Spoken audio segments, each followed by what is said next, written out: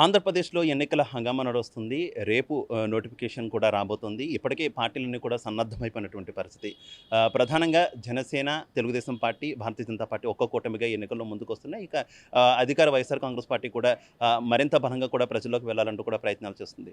ఇక కొత్త పార్టీలు, చిన్న చితక పార్టీలు కూడా ఈ ఎన్నికల్లో పోటీ చేసేందుకు సిద్ధమవుతున్నాయి. అలాగే ఇండిపెండెంట్ అభ్యర్థులు కూడా పోటీ చేసేందుకు సిద్ధమవుతున్నటువంటి సిట్యుయేషన్ మనందరికీ తెలిసిందే.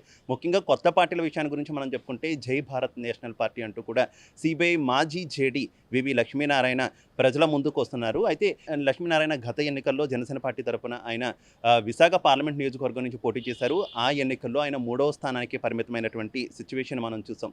తర్వాత ఆయన జనసేన పార్టీకి కొన్ని కారణాలు చెప్తూ కూడా రాజీనామా చేశారు. కొంతకాలం ఆయన సొంతంగా అంటే ప్రజల మధ్యకు వెళ్ళి కొన్ని ఉద్యమాలు చేసినటువంటి పరిస్థితి. ప్రజలతో మమేకమైన తర్వాత తాను తన రాజకీయ పయనం ఏంటి అనేది స్పష్టం చేస్తా అన్నారు. అందుకు అనుగుణంగానే ఆయన ఒక పార్టీని జై భారత్ నేషనల్ పార్టీ అంటూ కూడా స్థాపించినటువంటి పరిస్థితి. ఈ నేపథ్యంలో వివి లక్ష్మీనారాయణ ఎక్కడి నుంచి పోటీ చేయబోతున్నారనేటటువంటి ఒక సందేహం కూడా అందరికీ కలిగినటువంటి విషయం మనందరికీ తెలిసిందే. ప్రస్తుతం ఆయన విశాఖ ఉత్తర నియోజకవర్గం నుంచి పోటీ చేయబోతున్నట్టయితే వార్తలు వస్తున్నాయి. అంటే విశాఖ ఉత్తర నియోజకవర్గం తెలుగుదేశం పార్టీ, భారతీయ జనతా పార్టీ, జనసేన ఈ 3 పార్టీలు పొత్తులో భాగంగా భారతీయ జనతా పార్టీ కేటాయించారు. అక్కడి నుంచి విష్ణుకుమార్ రాజు అయితే పోటీలో ఉండబోతున్నట్టు కూడా తెలుస్తుంది. భారతీయ జనతా పార్టీ నేతగా ఆయన అక్కడి నుంచి పోటీ చేయబోతున్నారు.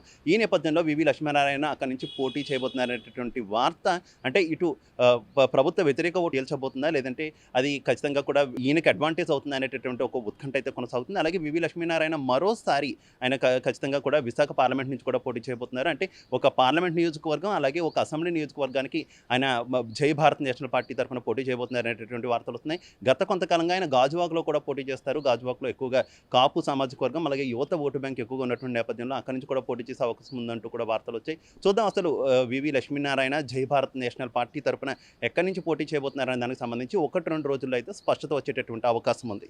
ఇది వాటి ప్రైమ్ 9 ఎనాలిసిస్.